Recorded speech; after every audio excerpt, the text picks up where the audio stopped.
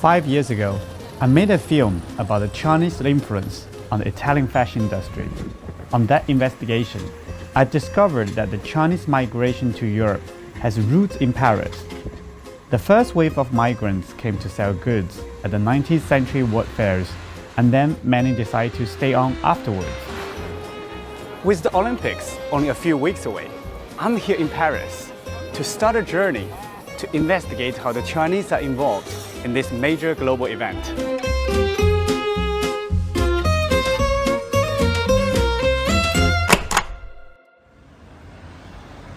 Nice to meet you. Nice to meet you too. Yeah, so Hi. that's my colleague DJ. Okay, DJ. Hi. I'm Jessie. Glad to see you. Yeah. I arrived in Paris with just one contact, Zheng Jiaxing, a Chinese expat whom I was told had taken a 2-week annual leave from her job at the Postal Bank in France to volunteer for the Games. I'm keen to find out why she wanted to get involved and what she knew about other Chinese experts' involvement in the upcoming event. Jiaxing has agreed to meet me during her lunch hour. So why you decide to want to be a volunteer for the Paris Olympics? Oh, it's a good question. Myself, personally, I do love the voluntary service activities. I think it's a major international event this time. And the Paris Olympic Games is just will be held in the city where I live. And I think it's a really good opportunity for me. Even I have to sacrifice 10 or 15 days from my vacation time, but I think it's very worth it.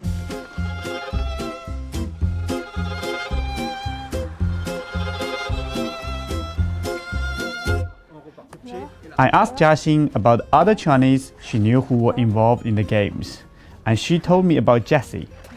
Jessie was raised in Paris by her Chinese mother and recently made headlines in France by winning a number of martial arts trophies at just 16. She has been selected as one of 11,000 torchbearers who would form the relay to bring the Olympic torch through to the opening ceremony. I called her mother and set up a meeting at a gym in a Chinese neighborhood in northern Paris. I understand that you will, in some way, involved in the Paris Olympics. You will be the torchbearer for the Paris Olympics. Yeah. Maybe you can tell us a bit more about that? I'm gonna carry the torch for the Olympics on the 22nd of July. It will be in Étampes. It's near Paris. So, was there a particular reason that you were selected to be the torchbearer in the region that you are from? Yeah, they wanted people with a athletic background, and then I did a little promotion video on Instagram where I show what I do with wushu and other things, and I think they like it, so yeah.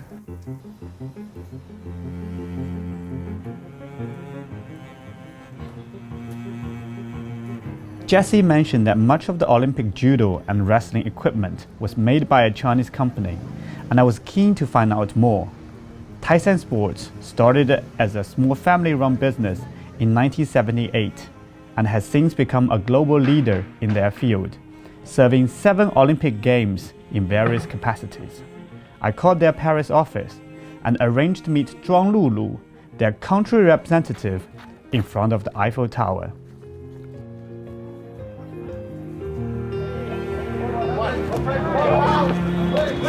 Hey, Tyler, how are you? Hi, nice to meet you. Nice to meet you. I understand that Tyson Sports is actually supplying some of the equipment to the Paris Olympics. So I just wondered whether you could take the opportunity to show us around and then, to point out where the venues are, if that's okay? Yes, of course. Yeah, Let's go. That's good.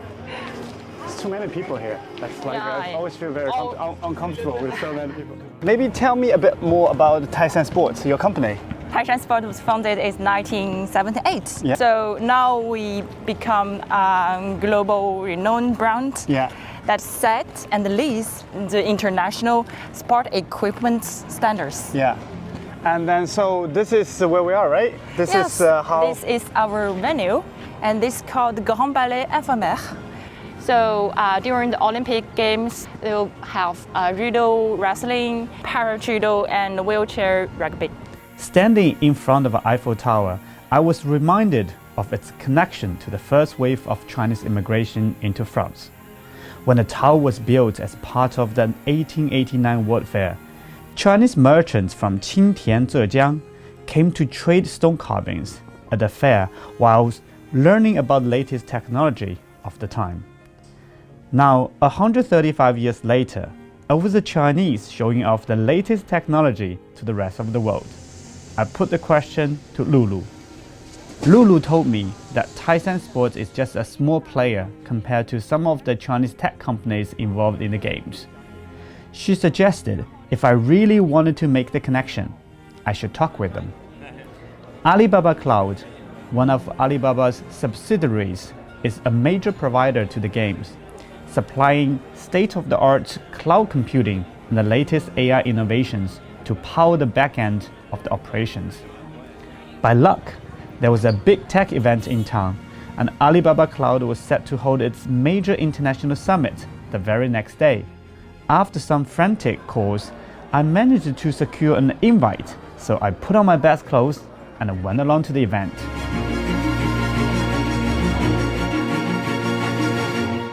Yes, here in Paris, we are supporting Paris 2024 Olympic Games. And we have been collaborating very closely with the International Olympic Committee, as well as different... The MC brought Mr. Ilario Corner, the Chief Information and Technology Officer from the International Olympic Committee, on stage. After a few jokes at the start of his speech, I look at that picture and I say, okay, I lost a little bit of weight, so it's good. Mr. Corner outlined the integration of Alibaba Cloud into the running of the games. Before finishing his 15-minute slot, he brought up the new technology of the time, AI. The Olympic AI agenda was launched on April 19 in London, and it was really a vision that we set up to say is AI will be entering the world of sports. So we need to set the path forward for the Olympic movement. As the short talks came to an end, the room was reset for dinner, and I scoured the room to find someone who could make sense of 2 hours worth of complicated tech talk. I found Alibaba Group's Strategic Development President Chris Toon, who told me that to truly understand the Chinese innovation behind the Olympics, I needed to go to China. It was only there, he said, could I appreciate the scale and innovation behind these new products and meet some of the next generation of engineers who were shaping our daily life. So I booked a ticket, and early next morning, I was on my way to the next part of the journey.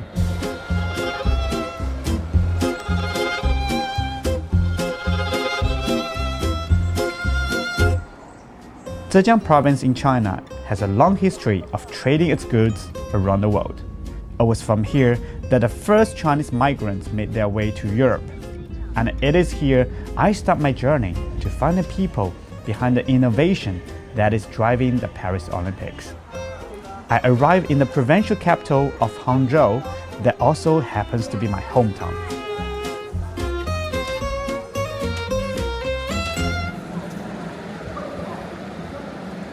Chris Toon had invited me to visit him in the Hangzhou headquarters, but the logistics of making that happen was complicated. Gaining access to interview one of their top executives and film at their new campus required extensive negotiations. Yet, with the Olympics just a few weeks away, I was given the green light and now wait in the joint lobby to be shown to Chris's office. Thank you very much. Good to see you again. Thank you. We skip the small talk and get straight to the key question. Why are you involved in the Olympics? Our goal is to use technology to innovate the games. So a few examples for you, especially for as far as cloud computing is concerned. As we know, there are a few millions of spectators that will buy the tickets and watch the game live. But there's billions of people that love to watch Olympic, on TV or on internet. And it's important for us, for people who are not on the venue, to see what's going on in a more engaging and exciting way. And now this time we are launching a new service called multi-camera replay. Multi-camera replay allows the broadcaster to freeze the action at any given moment and then move around the still image. It's very cool, but the Olympics are not just about sports. Much like the World Fairs, it's a chance to show off a full range of the latest offerings. We have exciting events in Paris to showcase what the future is about with Alibaba's technology. For example, we have an event called Alibaba Wonder Avenue that will happen on the roadside of Champs-Élysées Avenue, the most famous shopping district. Before departing, I was keen to look around the campus to see firsthand the young innovative engineers who are making this all happen. Chris obliged with a walking tour. We have a profile of our employees are generally young. So what makes youngsters want to work for Ali? Make a difference. It's open, it's possible. We have many innovative cases that's actually proposed by very young, very new, hired employees. Yeah. They have some idea that will benefit our business, benefit the world. Yeah. They actually propose and make it happen. Yeah. And we have many cases like that.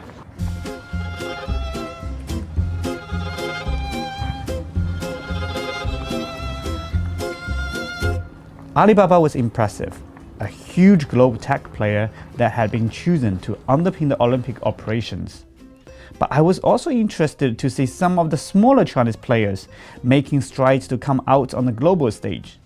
In Paris, I had met Zhuang Lulu from Tyson Sports, who had shown me the judo and wrestling venue close to the Eiffel Tower, which would feature their innovative mats. I take a 4-hour high-speed train ride from Hangzhou into the heart of rural China, then another drive to the small town of Laoling in Shandong province. Within a sprawling factory complex, I meet the founder of Tyson Sports, Bian Zhiliang, at the factory museum, and I'm quickly whisked away on a tour. There's nothing glitzy about Tyson Sports' origins. Mr. Bian started the company in his family home back in 1978. 别说那时候呢，没有工厂，就在一个炕上缝制这个垫子，那它也没有设备，就是用双手，这个几个大针，几把剪刀。您觉得，在巴黎奥运会上，泰山体育能够提供柔道以及能够提供摔跤的垫子，这主要是什么原因？ 你说的这个，它不是光巴黎奥运会，光一个摔跤和柔道，说它不是一个点子了，它是一种新材料，展现在世界。泰山现在的各种点子这种新材料，在全球是领先的，没有一个国家就说能超出泰山，这个科技创新，这用新材料，这种保护运动员的这种安全性，是吧？这是一个。再者是呢，在这个奥运会，这是全球从奥运史上以来是最大器材供应商，302枚金牌。我们在北京奥运会，我们服务了122枚，这也是在全球所有的企业没有的。 泰山做到了。 After a fitness test and some basketball practice, we continued with a factory tour in a golf cart that further impressed me with the scale and level of innovation. While Alibaba had captivated me with its modern office space and bright young technicians, Tyson Sports mesmerized me with scale and pure entrepreneurial grit and determination. In this flat rural plain, a world leader in sports innovation had taken root. Impressive, even for a seasoned journalist like myself. With the Olympics fast approaching, it was time to get back to Paris. But before I jumped on the plane, I wanted to make a quick visit to an old friend in Qingtian, the county in rural Zhejiang that had first sent Chinese migrants to France. 6 hours of fast trains later, I emerged into a wet, warm summer day within the mountains that surround the big coastal city of Wenzhou. Since my last visit in 2019, Yan Xiaohai had realized his dream to build a museum to explain the European Chinese diaspora. I took the lift to the 12th floor, then walked down to a floor to reach the museum where Yan was waiting for me. In the lobby was a huge rock carving showing 3 Qingtian merchants standing under the Eiffel Tower, suitcases in hand. This is the starting hall. Yeah, starting hall. And we see the Eiffel Tower over there. Yeah.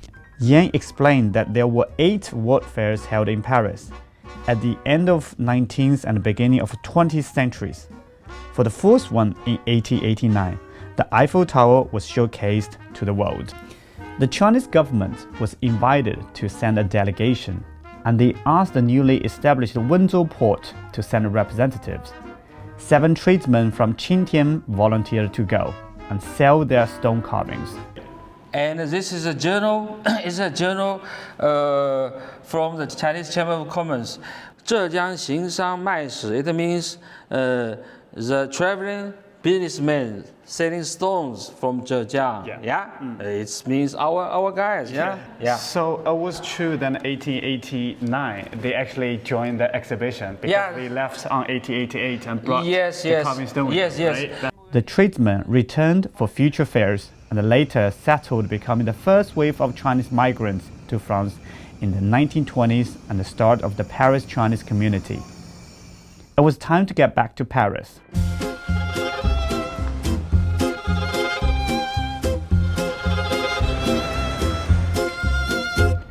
"100 years after the Summer Olympic Games were last held in France, the world's premier sport event returns to great fanfare.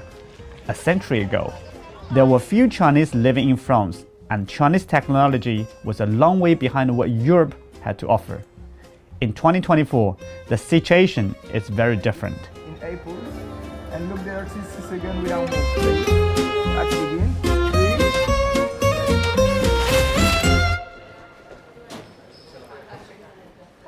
Hey. Hi. How are you? Good. How Thank are you. you? Very good. Thank welcome. you. So this is Min Jae. Oh, perfect. Thank you. In order to see the games up close, I need a media pass. And for that, I start the final part of my journey at the Paris Media Center, where I'm greeted by Liu Xingyi. Thank you very much. So are you from China? Are you from here or? Yeah, so I studying here, and at the end of my study, I said, well, there is this opportunity for being volunteering here, so why not? So what motivates you want to be a volunteer? I would say, well, I'm from Beijing, so when I was like 10 years old, there is that famous like Beijing Olympics that is really, for me, it's a marker for my childhood, because that's the first time I see all the people around the world. They come in Beijing. We try to show our culture, and it gives that very international, very diverse vibes. So that's why I apply.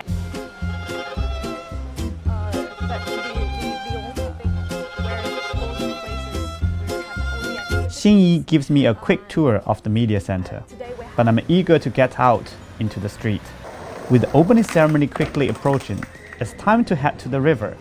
On the way, I receive a message from Jiaxing, the Chinese volunteer I met at the very start of my journey. She tells me she's on duty at the Louvre, so I quickly change course to meet her.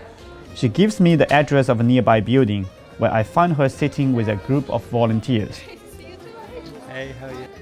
We follow Jiaxing out with her volunteer group to her position outside the Louvre. I ask her how things have gone so far and what she expects. I have made a lot of preparations. I have 3 different trainings from right now, and I'm also mentally prepared to face a different tourist here. With time ticking down to the big opening event, I leave Jiaxing and take my seat along the Seine to witness a spectacular show in the rain. Paris has set up 24 large screens around the city for people to gather as a community to watch the games, prompting the entire city to spill into parks, restaurants, and bars to watch the show. While the Olympics is essentially about sport, like the world fairs that preceded it, the event also showcases the world's cutting-edge technologies.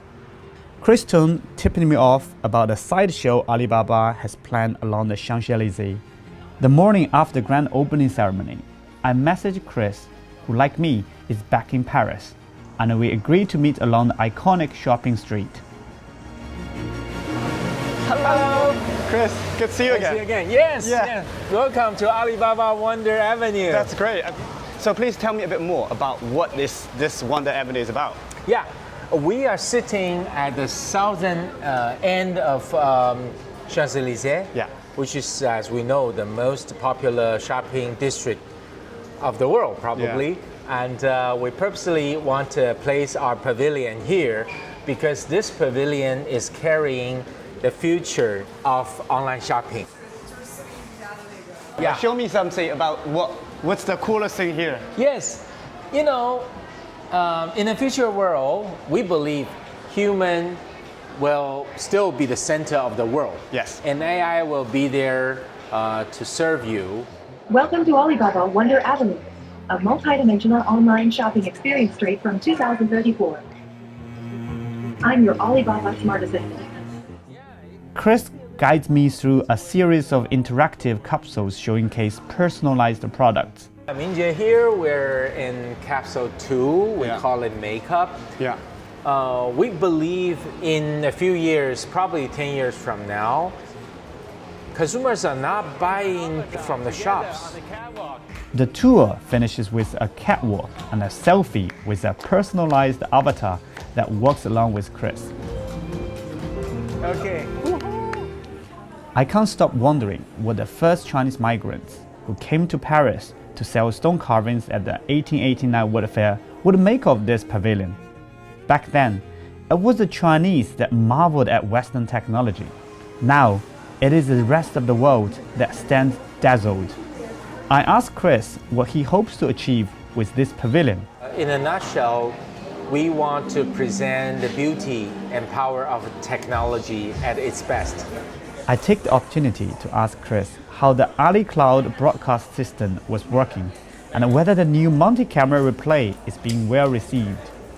The fact that cloud-based broadcast is the main vehicle for the global broadcast of Paris 2024 is a remarkable achievement.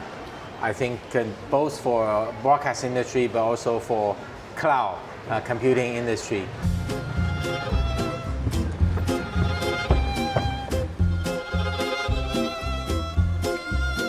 It's day 2 now of the Olympics, and Paris is buzzing with tourists, athletes, and journalists like me.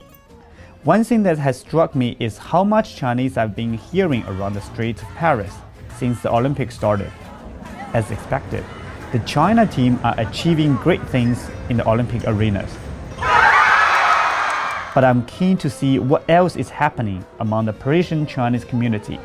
I stopped by contact Eileen, the founder of a Chinese Handful Association in France.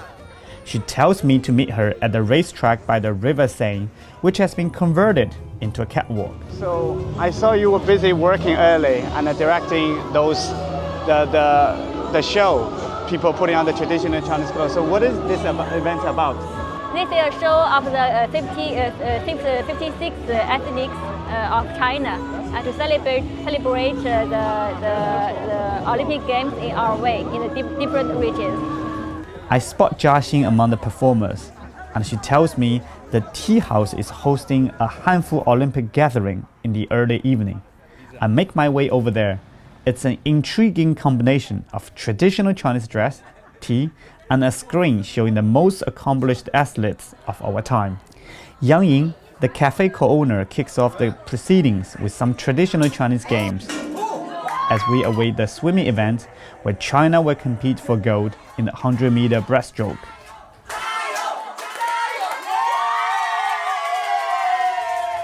It's clear that the Beijing Olympics left a lasting impression on the Chinese communities across Paris, many of whom missed out on experiencing the milestone event in their homeland.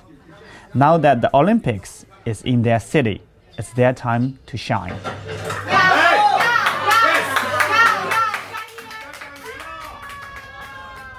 Waking up and checking my phone after a late night celebrating with the Chinese community of Aubervilliers in North Paris, I received a message from the French luxury brand Xiaomei. The French jewelry company was commissioned to design the Paris Olympic medals, and I learned the CEO was from Hong Kong. I hurried over to meet him. Welcome to Paris. Thank you so much. Thanks for meeting us. Born and raised in Hong Kong, Charles Leong quickly rose through luxury brand management in China before making it onto the international stage. In January of this year, he was appointed the CEO of Xiaomei. We meet in a reconstruction of the workshop that we used to design the Olympic medals. I start by asking him the story behind the medals. So we were given a brief from the committee to make a medal that is never seen before in the history of Olympics, to make France shine, and in the same time integrate one part of Eiffel Tower on it. When Napoleon decided to become an emperor himself, to make his coronation, he came to Xiaomei for his crowns.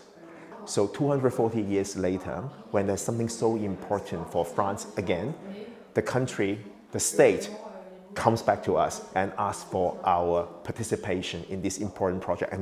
And for this piece of metal here, this is actually one of those, let's say, recycled steel bar from the Tour Eiffel we use to integrate it here. So what happened is that when Tour Eiffel was built more than 100 years ago, it was not supposed to be something permanent. So the city of Paris decided to keep it. The thing is, the material was not good enough to last for so long. So what happened is that little by little, bar by bar, section by section, we replaced the original structure, the metal, with a better metal so that it will hold for a longer time. The Eiffel Tower has been a central theme throughout my journey. From its first review at the 1889 World Fair, the very same fair that brought the first Chinese migrants to France and established Chinese communities here, to the medals designed by a luxury French jewelry company managed by a Chinese CEO. It's time to return to the tower to meet Lulu again from Tyson Sports, who has arranged for me to watch an Olympic judo session using the mats I saw being produced in China. Now we're here, and I look at this mats provided by Tyson Sport. Maybe you can tell me a bit more. So you can see all the mats is very beautiful, right? Yes. Yeah. Colorful as well. Yeah. We also have the AI chips in it, and you can follow in all the information about our mats, how they product and where it come from, and also you can follow in the movement of athletes. So sometimes, tracking their pressures, their movements. So you can take active the application to say all the information. Oh, that's great. At the end of the session, Lulu tells me that the company's founder, Bian Zhiliang, whom I met in Shandong 2 weeks earlier, is flying in that evening and would like to have dinner with us. It seems a fitting end to my journey, as the 66-year-old Mr. Bian has lived the story we have discovered, from hand-sewn judo mats on a raised bed at home to providing the most advanced sporting equipment for the Olympics. It's time to celebrate.